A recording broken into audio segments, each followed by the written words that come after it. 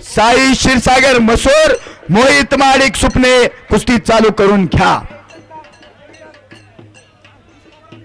बोलवलं की यात्रा कमिटी बेलवडे हवेली दरवर्षी कुस्ती मैदान पार पाडतात. अंकुश पवार आणि मामा पवार आपण मैदानात चला. आपलं देखील कुस्ती मैदान सहर्ष स्वागत करताय. नोंद घ्या. ह्याच शिवधडीचे बेलवडे हवेली गावचे सुपुत्र ज्यांची नोंद घ्यावे असे पैलवान सन्माननीय अंकुशराव पवार आपलं या ठिकाणी स्वागत आहे. या बाजूला सन्मान होतोय महेश पवार, पाटण तालुका कुस्तीगीर संघाचे सचिव महेश पवार यांचा सन्मान पार पडला. त्या बाजूला सन्मान होतोय NIS कुस्ती कोच कबड्डी सातारा जिल्ह्याचा पहिला NIS सन्माननीय जितेंद्र थोरात यांचा सन्मान पार पडतोय. त्याचबरोबर राष्ट्रीय पंच सातारा जिल्हा कुस्तीगीर संघाचे अधिकृत पंच अजय साठे सर यांचा सन्मान पार पडलेला आहे. धन्यवाद. 2 कुस्त्या 2 पंच. हा ज्यांच्या कुस्त्या झालेल्या त्यांनी जेवण करण्यासाठी पैलवान प्रल्हाद जाधव यांच्या घर निवासस्थानी जायचंय. नोंद घ्या. या बाजूने मैदानात अंकुश पवार बेलवडे हवेली वाजत गाजत आगमन. Welcome welcome welcome. शाबास. ढेगेडांग ढेगेडांग ढेगेडांग. वेलकम. वस्ताद प्रल्हाद जाधव सर यांनी जेवणाची सुंदर व्यवस्था केलेली आहे.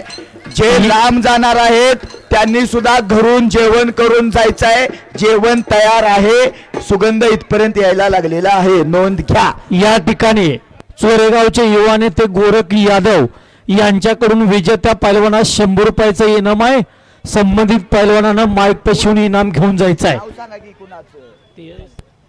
रोहित. चल चल पैलवान. राजगाडगे कुस्ती करावी लागणार आहे. ढालीवरचे पैलवान तयार करून मैदानात चला.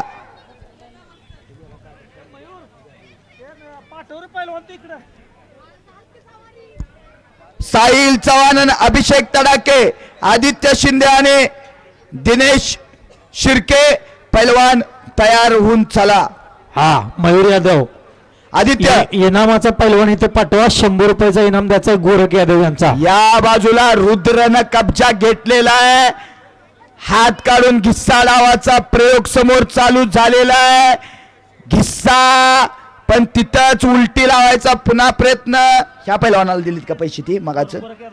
गोरख यादव यांनी ओंकार कनसे वरदराज फाटक वरती विजय मिळवला. ओंकार कनसेला शाबास आहे. ओंकार कनसे गोरख यादव यांच्याकडून 100 रुपयाचा इनाम.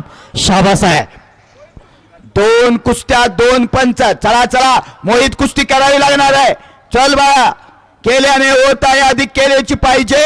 पलीकडच्या बाजूला साहिल चव्हाण. हात वरती कर. साहिल चव्हाण काय या बाजूला रुद्र विजय झाला. रुद्रनं चांगल्यावरती चांगला विजय मिळवला.